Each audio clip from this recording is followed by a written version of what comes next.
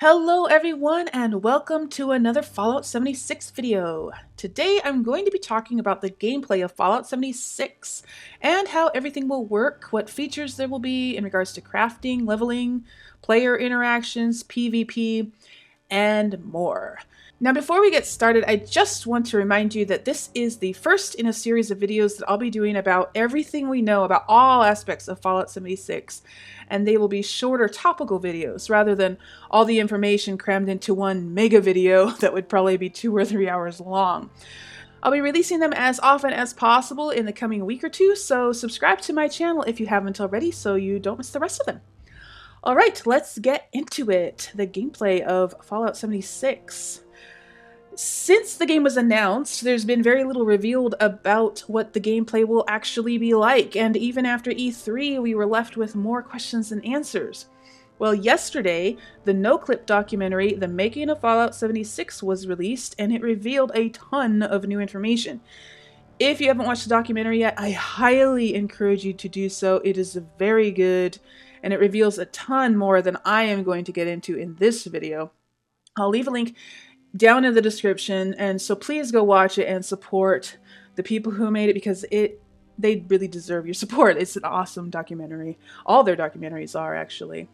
Anyway, so the Fallout 76 documentary confirmed that it is indeed the map of Fallout 76 that will be 4 times bigger than the map of Fallout 4. That hadn't been really confirmed yet. All we'd heard was that Fallout 76 would be 4 times bigger. But that could mean the map or the content in regards to number of quests or size of the main quest or whatever. So it is confirmed that the map is 4 times bigger. And in fact, the map will encompass the entire state of West Virginia. Not just one city and the surrounding areas like in previous Fallout games. Of course, the map will be compressed as usual, but still, the entire state. And I had actually been suspecting that this would be the case, based on the locations of various real-life landmarks you can see in the game footage. They were pretty much spread all over the state. I am really hyped for the size of this map. It's going to take exploration to a whole new level. There was a lot more information in the documentary about the world and exploration, but I'm going to do a separate video about that and keep this one to just the gameplay. In fact, I'd love it if you'd all leave me a comment down below on what topic you'd like me to cover in my next video. There are so many topics and it's hard to choose which one to do next. Anyway, moving on. In the documentary, we get a glimpse of what the main menu might look like. Now keep in mind that everything shown in the documentary was a work in progress at the time, so things might look a bit different when the game finally launches, okay? Now, one big concern that people have had is that there won't be any NPCs, such as raiders or settlers, and the only people to interact with will be other players. Bethesda said that one of the reasons they decided not to have any NPCs like raiders was because they wanted the feeling of running into other humans to be special. And if the world was full of raiders, then instead of hearing distant gunfire and knowing it was another player, you'd spend large parts of the game trying to discern if someone was human or an AI. Not sure if that would be a problem to a lot of people, but they think it would be. Anyway, but the main reason that there aren't raiders or settlers is because the lore of the game couldn't really support the idea of raiders that early in the timeline.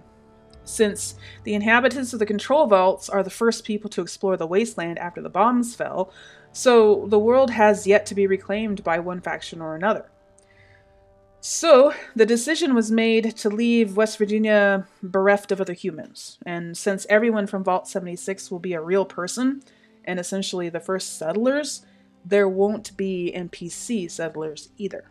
But that did pose a problem, since Fallout had always relied on gun combat with AI. And gun combat with an actual person is a whole other ball of wax. So they created a new form of intelligent ghoul called the Scorched. Their minds haven't been completely destroyed by the radiation yet, so they still know how to use guns and melee weapons. So essentially, Fallout 76's raiders are the Scorched. And you can see here a Scorched ghoul wearing full clothing and wielding what looks like a pitchfork. And here's another one wearing a backpack, so maybe they even care about keeping personal possessions. Or perhaps they carry supplies with them, such as food and water, since maybe they aren't so far gone as to eat dead things off the ground. And in some of the game footage from the E3 conference, you can even see one of the Scorched ghouls trying to dodge gunfire. So they won't be your typical kamikaze ghouls that just rush at you wildly with bare hands and claws. Although it does look like these traditional ghouls will also be in the game, but these new ghouls will have a completely different AI package to behave more like a thinking individual and even have some self-preservation instincts. So this is encouraging if you're one of those players like me who aren't really excited about only fighting other players or animals. This will give us some more traditional options for enemies that can shoot back. Anyway, let's move on to crafting and survival. The crafting system is huge, way bigger than Fallout 4's. It includes everything in Fallout 4, but has a lot of extra stuff as well. You'll be able to craft guns, armor, and mods for them, like in Fallout 4, and also food, water, power armor pieces, and ammo. Finally, something worthwhile to do with all that lead in the game. You can collect the lead and make bullets out of it, which makes me think that we're not going to be finding just a whole lot of ammo in the world, and we'll be forced to craft our own. Or maybe not, that's just a guess of mine. So this is a feature that Fallout New Vegas had, which I loved, so I'm glad they're bringing that back. Another thing from Fallout 3 and New Vegas that they're bringing back is item degradation. Yes, your weapons and armor will degrade over time, and you'll have to repair them to stay in top shape. But they've also added food spoilage, which I am actually super happy about. This will make it even harder to survive in the world with the survival aspect of the game. In Fallout 4's survival mode, it is way too easy to stockpile food and never go hungry, because food lasts forever, and that takes all the challenge out of it, really. With food spoilage, you'll always have a need to find or grow more food because it won't last long enough to stockpile much of it for an extended period of time. And although it wasn't mentioned in the documentary, I imagine that they'll provide ways for you to preserve foods for longer. For instance, if you can get a refrigerator working, you can store food in there, and it won't spoil as fast as it would in your backpack. Again, that's just a speculation of mine, but it makes sense, right? It's like this in Ark, and it's a good mechanic, I think. And speaking of the survival mode, Todd Howard described it as softcore survival. So it's just going to be the basics. You'll have to eat and drink to stay alive. They didn't mention anything about needing to sleep, but that's likely a possibility. And you can also get diseases. But it sounds like none of it will be very micromanagey. One new thing they've added is a feature called Mutations, which actually sounds kind of cool. As you come into contact with radiation, your rad meter will fill up, just like in Fallout 4. But the fuller it gets, the more chance you have of getting a mutation. And a mutation will be kind of like traits from Fallout 1 and 2. Now, I haven't played either of those, so I can't really compare them. But maybe some of you guys have and can explain in the comments for us. But basically, these traits will be kind of like perks in a way, is what I understood. They will have some pros and cons to them, so they could give you an advantage or a disadvantage. I'm not sure if every mutation has both a pro and a con, or if some are only positive and others are only negative, or a mixture of all of them. But regardless, if you don't like the mutation you get, you can cure it, or you can keep it. And there's even a way to make the ones you like permanent. Most of these mutations only affect gameplay, but some of them are actually visual. They'll actually change your appearance. I'm not sure how, but that will be interesting to see. So, and it's, that sounds like a cool little feature. Let me know what you guys think about that. It's just an extra little way to gain some skills maybe, but it sounds like it can be also a negative depending on the mutation. So It will also make radiation more dangerous at times.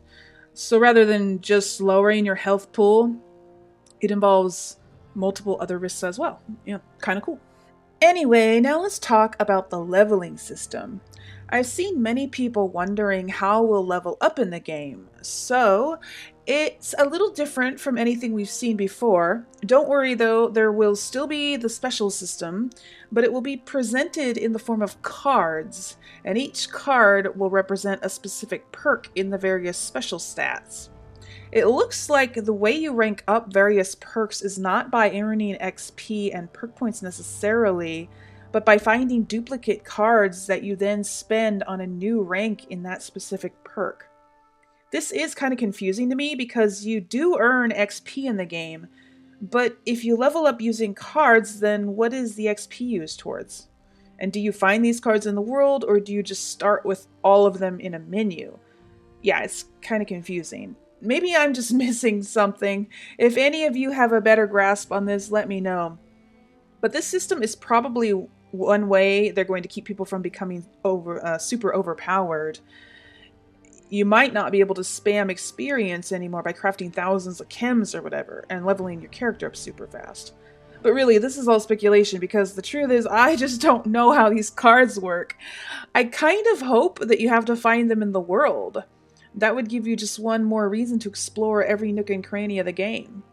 I guess we'll just have to wait and see. Now, there's a limited number of these cards that you can have active at any one time. It doesn't really say how many cards you can have active at once, but you're not stuck using that selection through the whole game. If you want to change your perks, you just simply swap out different cards. I'm not entirely sure why they did it this way, but again, it might be to prevent someone from leveling up so much that they become this overpowered super tank that no one can stand up against. And I think that's a really great thing.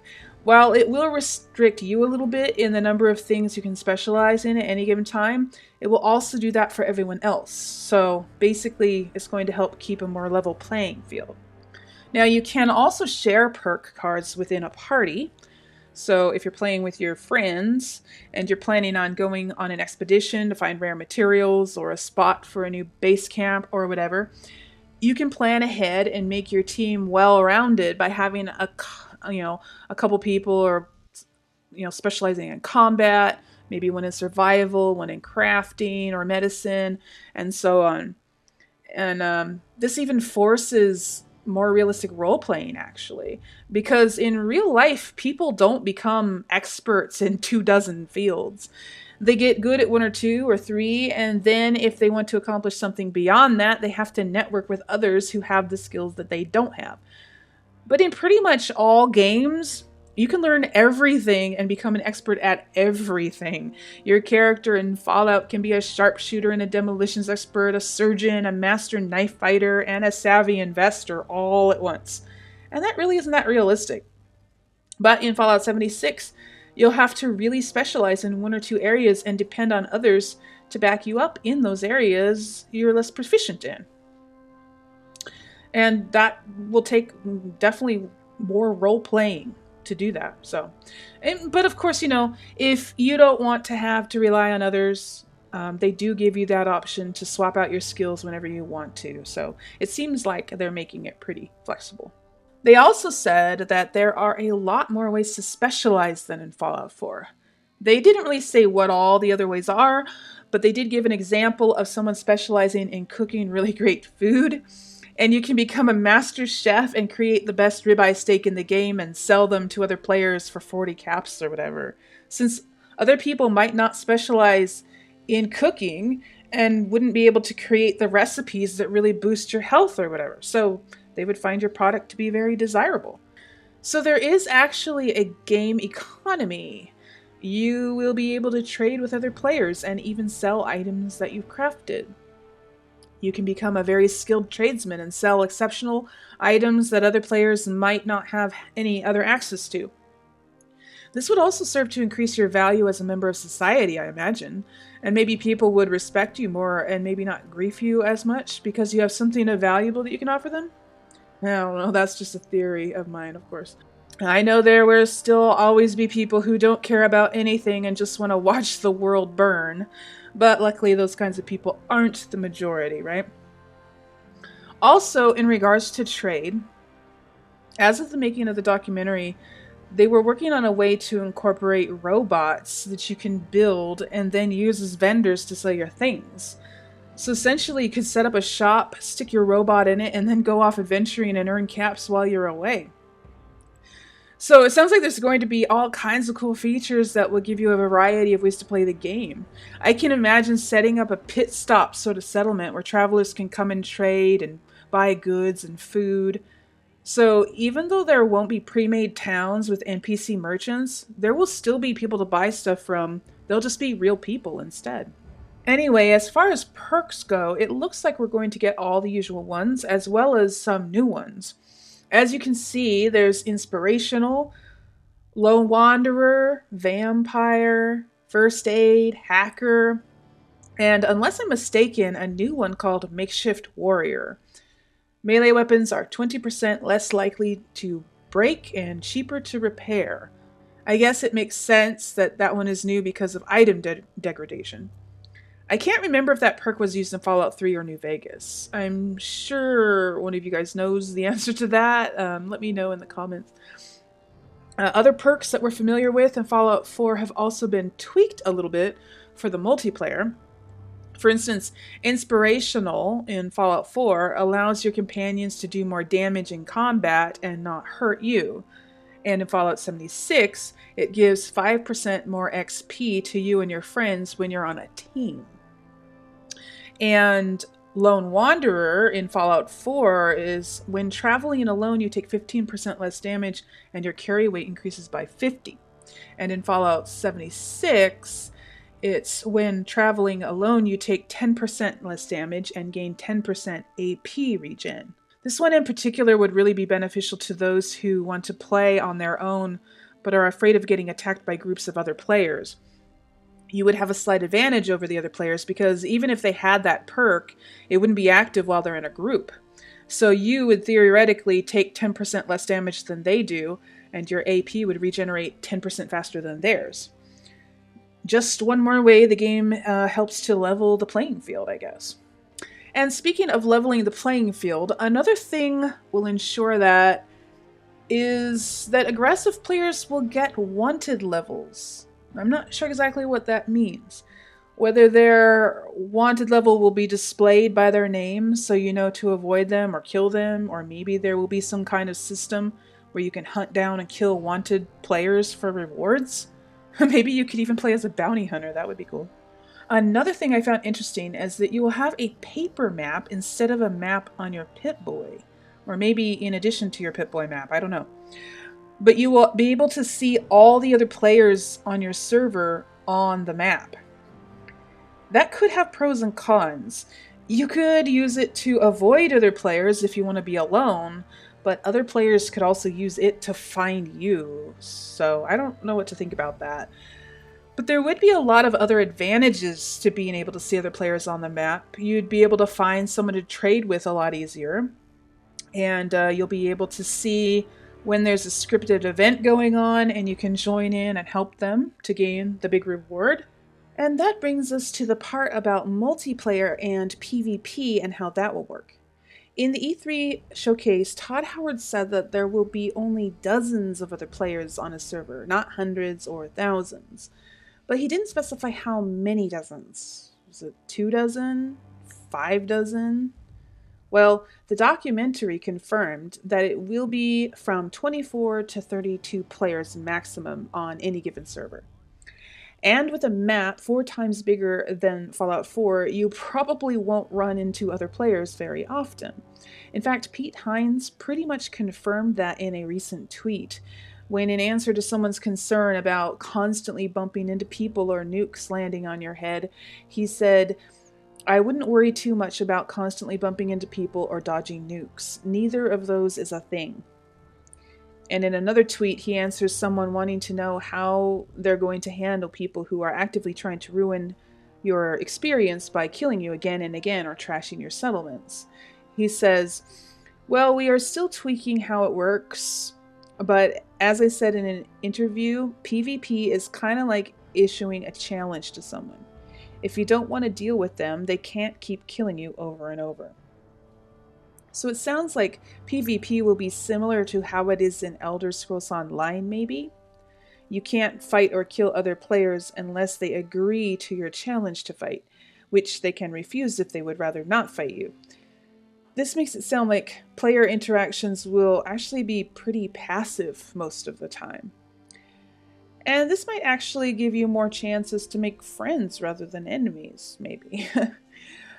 But when you do end up dying, you will just respawn in a nearby location.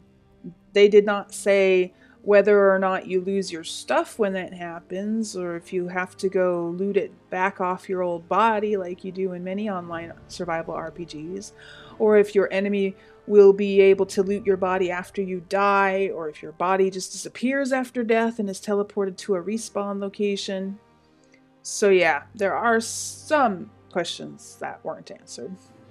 You can join your friends in their worlds and they in yours.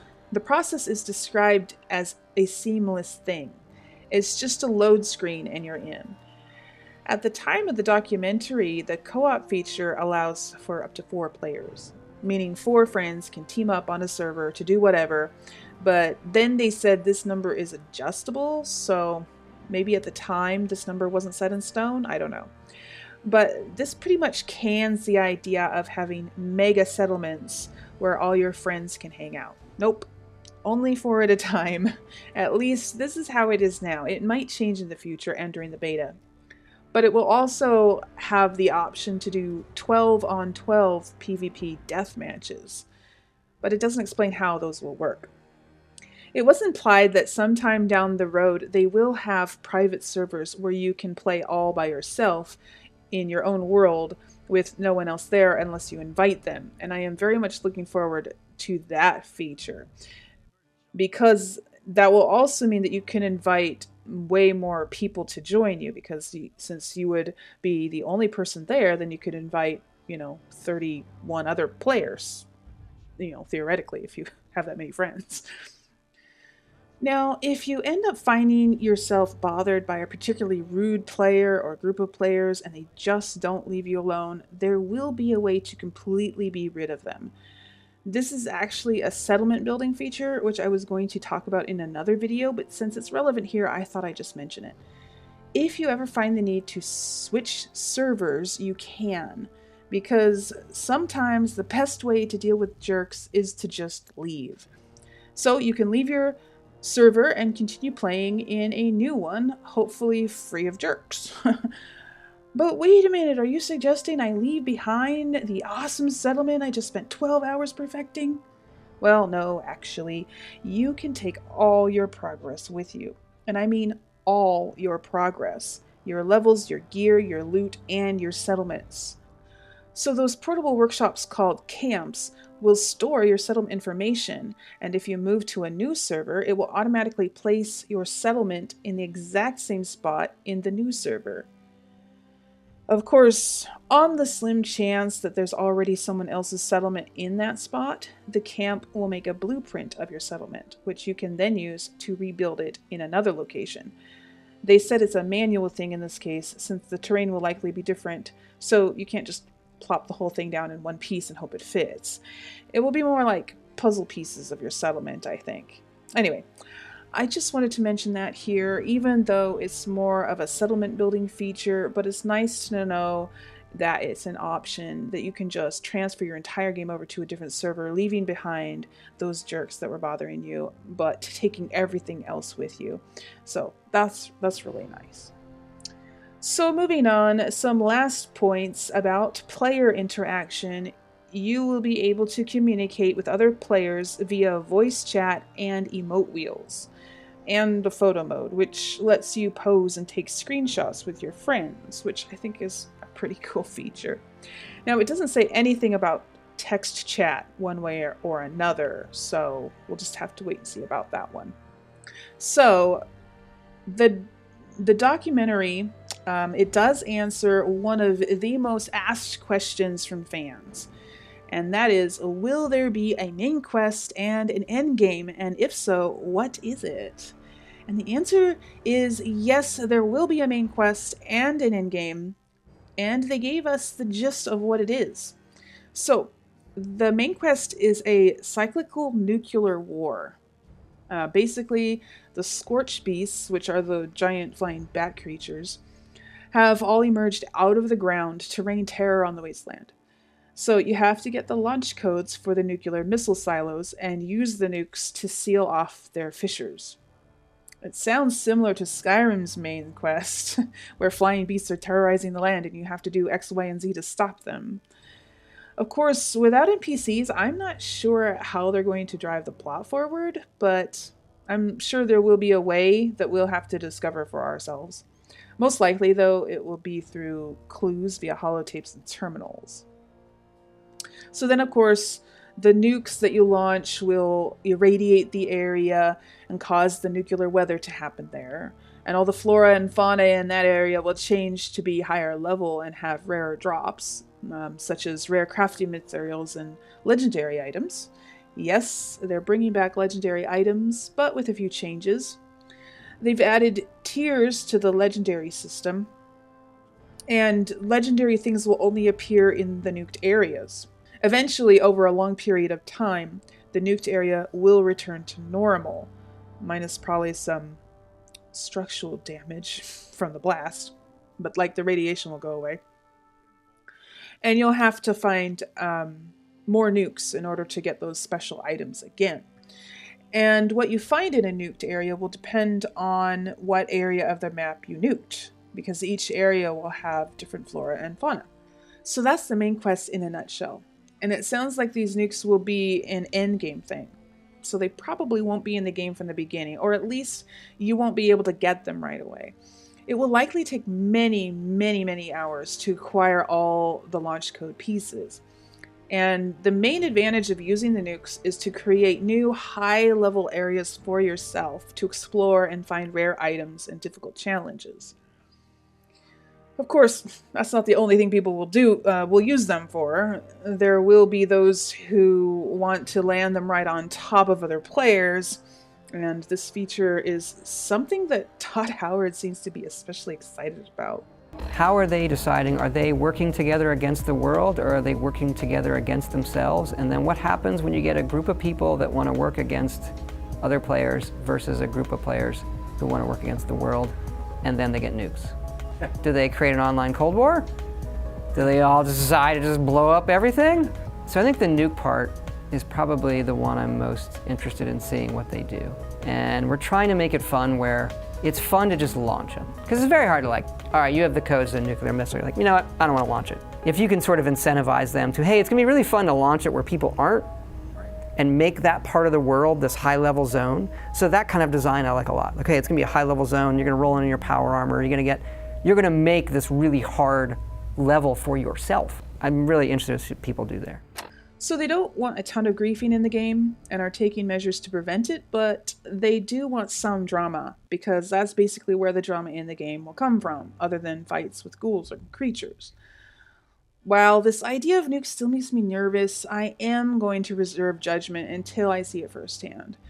Maybe it won't be as bad as people think. After all, Pete Hines did say you won't have nukes constantly dropping on your head. It's probably a feature that just can't happen very often for various reasons. Anyway, one more topic that I want to highlight. While Fallout 76 is a full-priced game, it will have free updates and DLC for years to come. And this will be made possible by something that a lot of gamers hate with a passion, and that is microtransactions. Now wait, before you get your panties all in a wad, these microtransactions will be for cosmetics only. So no play to win, don't worry. And you'll still be able to find those same items in the game, so you won't have to buy them if you'd rather spend the time to search for them yourself. These microtransactions are crucial to allow them to support dedicated servers and to keep DLC free. So it's like they're kind of like monetizing their game, basically, so that they can support their game. So, you know, it has a purpose. And it sounds like there's going to be a lot of DLC and updates. They said they're going to roll out updates as fast as possible to keep the game fresh. In fact, they've hired a whole new group of people just for the job of maintaining Fallout 76 and building new regular content for it. They will have periodic large updates like DLC, and in between they will have a lot of smaller updates, such as new events or free items. This plan isn't set in stone, though. They will be observing how people play the game, what they like and what they don't like, and then change things accordingly. They think it's very important that people enjoy playing the game, and if there's a feature that the developers love, but none of the players seem to like, they aren't going to stick to that thing. They want to figure out what the players want. So their plan is to change things based on what the players like or dislike, and this is very good news. It means that the older the game gets, the better it's going to get. So if what the game is at launch doesn't appeal to you, you might want to check back again after some time has passed and give it another chance. It's just really encouraging to me that we won't have this quote-unquote finished game thrown at us to deal with as many disappointments, whether we like it or not, like what happened with Fallout 4.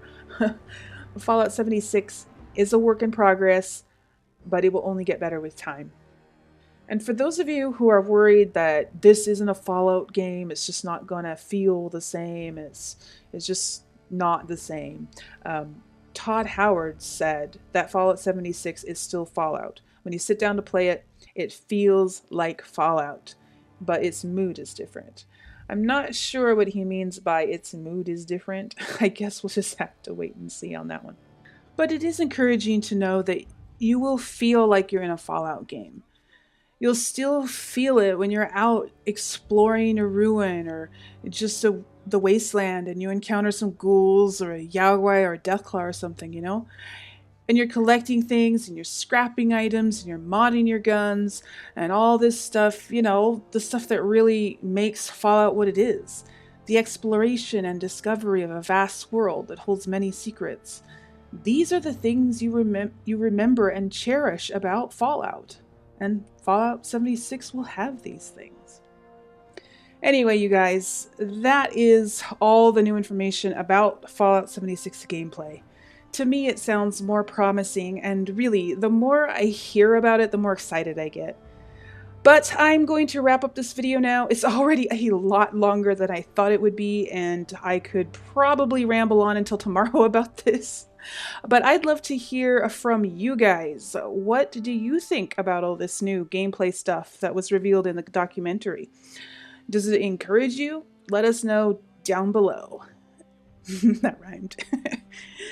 And also let me know what topic you'd like me to make a video about next. I have planned to make a video about the world and locations, one about the creatures, and one about the settlement building system.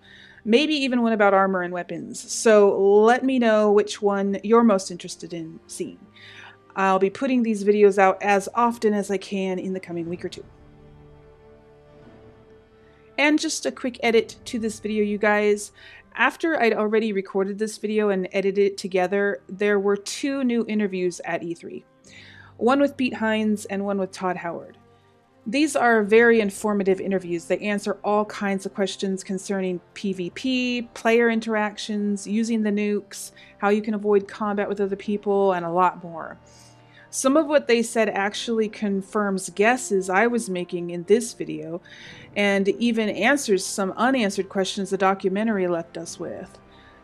But since this video is already over a half an hour long, I don't want to go into all this new information here, and I really don't have the time to redo this video, to re-record it, to include the new stuff, or to make a separate video about it. So I'm just going to link the interviews in the description below so you guys can go watch them for yourself. I highly recommend doing that.